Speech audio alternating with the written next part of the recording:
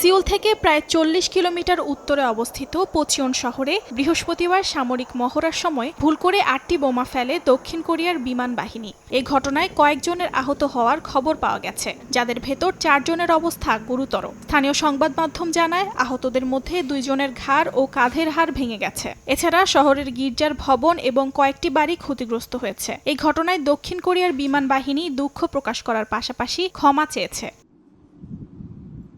ধারণা করা হচ্ছে ৮টি বোমার মধ্যে একটি বোমা বিস্ফোরিত হয়েছে। বিবিসির বরাতে জানা যায়, বাকি ৭টি অবিস্ফোরিত বোমা নিষ্ক্রিয় করার জন্য বোমা নিষ্ক্রিয়করণ দল এখনও কাজ করে যাচ্ছে। এছাড়া দুর্ঘটনা এড়াতে আশেপাশের বাসিন্দাদের নিরাপদ স্থানে সরিয়ে নেওয়া হয়েছে।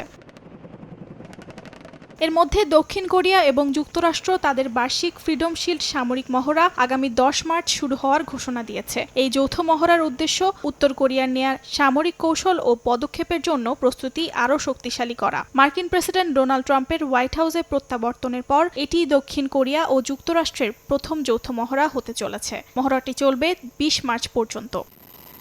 অর্জিতা শেহজিন, সময় সংবাদ।